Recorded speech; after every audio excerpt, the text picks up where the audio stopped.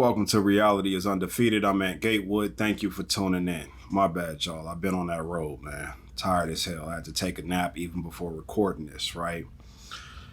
But what's funny is, I wrote this already. Start writing it actually earlier this morning. And I just left my kitchen and my son was in the kitchen, making himself a pizza. And he told me that, for basketball, they have homework. They have to watch the game tonight and write down a play from the Mavericks and the Celtics, an offensive set. They have to be able to write it down, and then bring it back to practice tomorrow. So, it goes into what I'm saying, right? Because, see, my son, he eats, sleeps, and breathes basketball. He gets up every day with basketball on his mind. He doesn't eat things because it makes him feel sluggish on the court. He told us the other night he's going to start going to sleep at 10 o'clock because he stayed up too late the night before and he felt sluggish on the court. I told him what Coach Thompson used to tell us.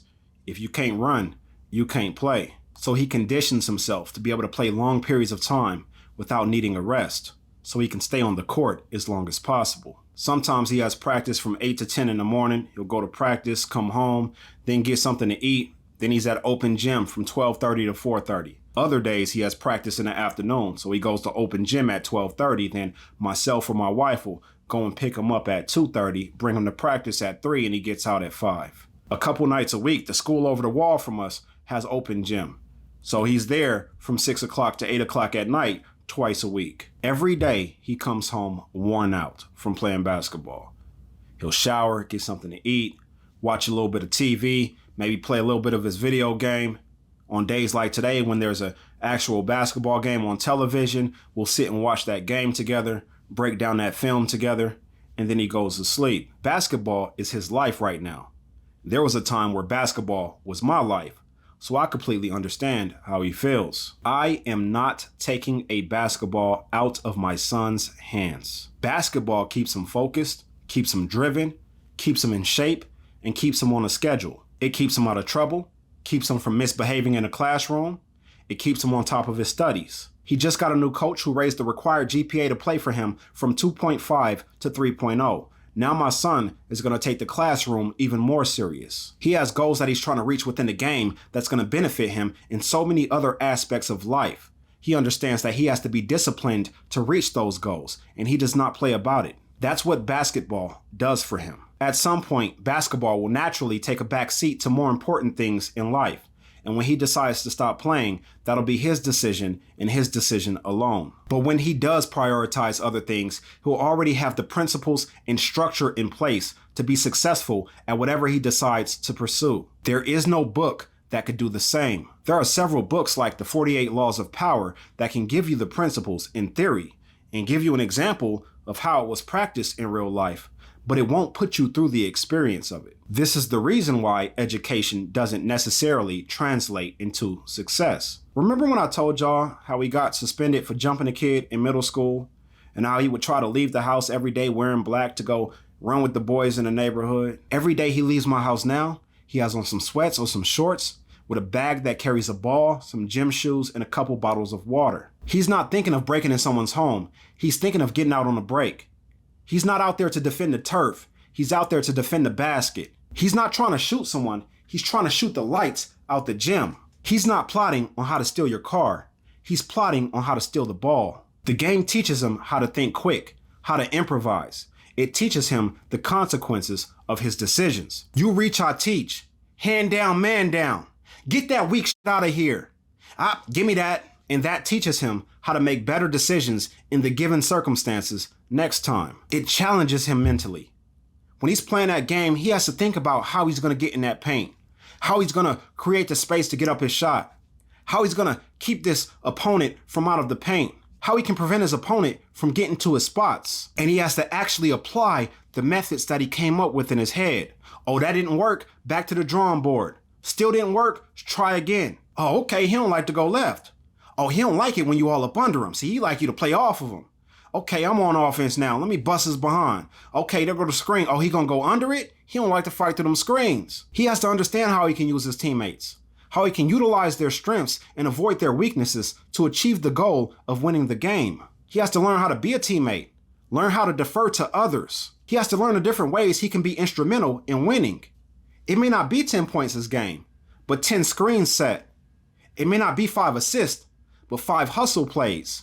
It may not be 5 blocks, but 2 good shot contests and 3 really good closeouts. It all contributes to winning basketball. And when you lock down on the principles, it contributes to winning life. See, for my son, it's basketball. For your son, it may be football or boxing or tennis or martial arts or chess. Competitive sports and activities, especially when coached well, teach us more than a game. It teaches life. It teaches how to prepare, how to approach, how to fight through, how to overcome, how to win, and more importantly, how to lose. Now, I understand the sentiment within our community of wanting our children to aspire to be more than just athletes. Believe me, I share the same sentiment. But we cannot pit a positive against another positive. And sports in Black communities, especially inner city Black communities, is a positive thing, and it should always be looked at that way. We need to find ways to incorporate other things along their sports journey, including but not limited to finding ways to make things fun. Respect to Dr. Umar, but there are several positions where people go to work and have fun. I do it all the time. I just did 2 back-to-back runs over the last 2 days. One from Vegas to Prescott, Arizona, another from Vegas to Mountain Center, California, bringing kids to summer camp each time. My Prescott trip was high schoolers. They were calm, chill, going to a place that many of them had gone several times. Just can't wait to get there and see all their friends. My Pathfinder group, they were aged 6 to 16. Some of them had never been to camp before. They were crying at the thought of leaving their parents. Parents coming up to me saying, it's precious cargo on there. And I say, yeah, I know, I am very precious. And that puts them at ease, knowing that I've done this for 18 years and that their children are in good hands. Then when I get on the bus and I'm listening to the playful cheers along the way, this 5-hour journey, the eagerness in their voice of wanting to get there, it wasn't, are we there yet? It was, how long until we get there?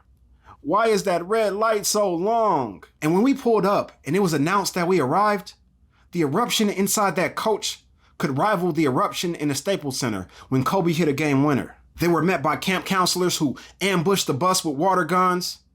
Then as they were stepping off, they got a hero's welcome as counselors faced each other, raised their hands up above to create this tunnel for them to walk through. It was pure joy on the face of all of these little kids.